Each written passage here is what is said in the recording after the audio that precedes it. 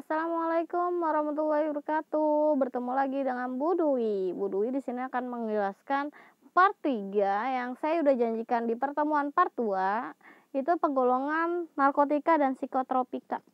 Pengolahan, penyimpanan, pendistribusian dan teman-temannya. Oke. Nah, penyerahan narkotika dan psikotropika oleh dokter kepada pasien hanya dapat dilakukan dalam hal yang pertama, dokter menjalani praktik perorangan dengan memberikan narkotika dan psikotropika melalui suntikan. 2. Dokter menolong orang sakit dalam keadaan darurat dengan memberikan narkotika melalui suntikan. Ketiga, dokter menolong orang sakit keadaan darurat dengan memberikan psikotropika. 4. Dokter menjalankan tugas di daerah terpencil, tidak ada apotik berdasarkan surat penugasan pejabat pewenang. Distribusinya. Penyaluran narkoba dan psikotropika dapat dilakukan berdasarkan 1. Surat pemesanan. Laporan pemakaian Lembaga Permintaan Obat LPO untuk pemesanan dari Puskesmas. Surat pesanan narkotika hanya dapat digunakan untuk 1 jenis narkotika. Penyaluran narkotika golongan 1 hanya dapat dilakukan oleh perusahaan PBF milik negara. Ya. Terus izin khusus impor narkoba kepada lembaga ilmu pengetahuan untuk kepentingan kebutuhan laboratorium. Surat pemesanan psikotropika hanya dapat digunakan 1 bebas beberapa jenis psikotropika. Nah, biasanya kalau PT yang mengurusi psikotropika itu biasa Kimia Farma. Penyaluran narkotika dan psikotropika dalam bentuk obat hanya dapat dilakukan 1. Industri farmasi kepada PBF dan instalasi farmasi pemerintahan. PBF di sini perusahaan besar farmasi. Lainnya apotik, instalasi farmasi, rumah sakit, instalasi farmasi klinik, instalasi farmasi pemerintahan, lembaga ilmu pengetahuan, instalasi farmasi pemerintahan pusat pada instalasi farmasi pemerintahan daerah, instalasi farmasi rumah sakit, dan lain-lain. Distribusi bahan baku narkotika. Penyaluran narkotika dalam bentuk bahan baku hanya dapat dilakukan oleh perusahaan PBF milik negara yang memiliki izin khusus impor narkotika kepada industri farmasi dan atau lembaga ilmu pengetahuan. Penyaluran bahan baku narkotika hanya dapat dilakukan berdasarkan surat pesan dari apoteker penanggung jawab produksi dan kepada ilmu pengetahuan. Distribusi bahan baku psikotropika. Penyaluran psikotropika dalam bentuk bahan baku hanya dapat dilakukan oleh PBF yang memiliki sebagian IT, importin terdaftar. Jadi semua PBF itu kadang punya IT-nya. Jadi bahan baku misalkan, yang gampang aja lah, paracetamol atau CTM, itu kan bahan baku ya, yang bubuk itu. Nah, si perusahaan punya IT-nya, importir terdaftar, jadi gue boleh produksi ini, gue boleh ini, boleh itu gitu. Kecuali dia research, dia akan IT-nya akan berbeda lagi gitu. Biasa R&D yang bikin. Psikotropik kepada industri farmasi, lembaga ilmu pengetahuan, bahan baku psikotropik hanya dapat dilakukan berdasarkan surat pemesanan dari apoteker, dari APJ juga kan, produksi, kepala ilmu pengetahuan. Distribusi narkotika dan psikotropika. Pengiriman narkotika, psikotropika dilakukan industri farmasi PBF. Instalasi farmasi harus lengkap. Pertama, surat pemesanan. 2, faktur. Surat pengantaran barang paling sedikit memuat nama narkotika, bentuk sediaan, kekuatan, kemasan, jumlah, kadaluarsa, nomor bet. Ya kan? Nomor bet itu kayak nomor nomor kadaluarsa, terus produksinya, nomor produksi. Jadi jelas. Penyerahan narkotika psikotropika itu di beberapa instalasi farmasi yang lain kan, misalkan apotik, puskesmas, instalasi farmasi, terus dokter, terus terakhir pasien. Penyimpanan narkotika. Tempat penyimpanan narkotika, psikotropika, fasilitas produksi, fasilitas distribusi, fasilitas pelayanan kefarmasian harus menjaga keamanan, khasiat, dan mutu. Tempat penyimpanan narkotika dapat berupa gudang, ruangan, lemari khusus tempat penyimpanan narkotika.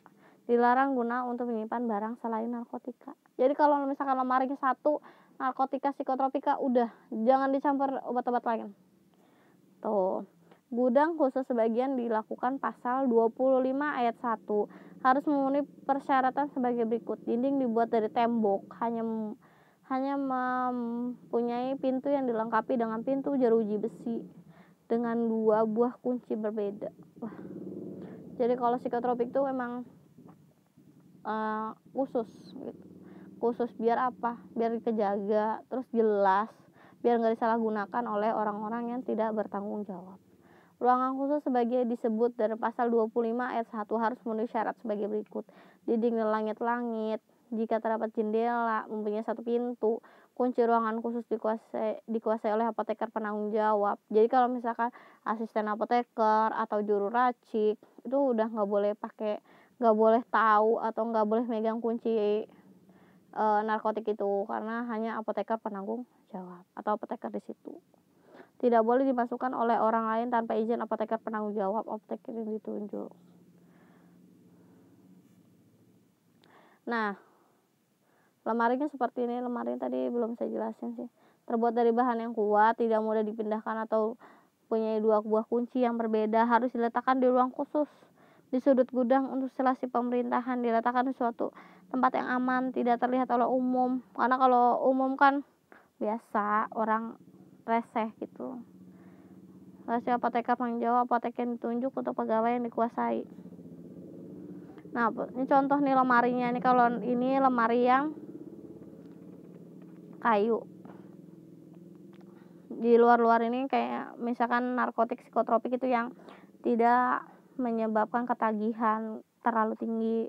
Nah, kalau yang lemari laci lagi itu lemari yang buat ketergantungan yang lebih tinggi.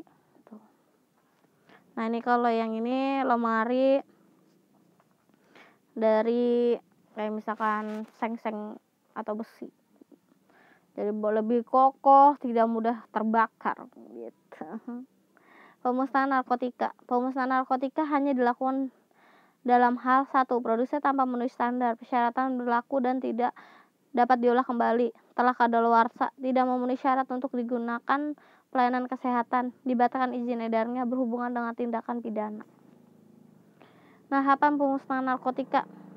Penanggung jawab fasilitas pelayanan kefarmasian, penyampaian surat pemberitahuan permohonan saksi. Yang pertama, Kementerian Kesehatan, BPOM, Dinas Kesehatan Kabupaten Kota. 2. Kementerian Kesehatan, BPOM. Pemusnahan disaksikan oleh petugas yang ditetapkan. Narkotika psikotropika bentuk bahan baku. Produk narkotika psikotropika dalam bentuk obat jadi harus dilakukan pemastian kebenarannya secara organoleptis oleh saksi sebelum dilakukan pemusnahan. Pemusnahan narkotik dan psikotropik. Penanggung jawab fasilitas pelayanan kefarmasian, pelaksanaan pemusnahan narkotik psikotropik dalam membentuk berita acara pemusnahan paling sedikit memuat hari, tanggal, tempat pemusnahan, nama penanggung jawab fasilitas pelayanan kefarmasian, nama petugas kesehatan menjadi saksi, nama jumlah narkotika yang dimusnahkan, cara pemusnahan, tanda tangan penanggung jawab. 3. Rangkap. Catatan narkotika dan psikotropik. Catatan paling sedikit atas nama, jumlah persediaan, nama dan nomor dokumen, tanggal dan nomor dokumen, jumlah yang diterima, tanggal nomor dokumen, jumlah yang disalurkan, nomor bed, paraf, identitas petugas yang ditunjuk. Laporan narkotika psikotropika. Nah, laporan narkotika psikotropika, apotek, instalasi farmasi, nama, bentuk sediaan, jumlah sediaan awal, jumlah yang diterima, dan jumlah yang diserahkan. Sekian pemaparan bab 11. Maaf bila penyampaian saya ada yang kurang. Mohon dimaafkan.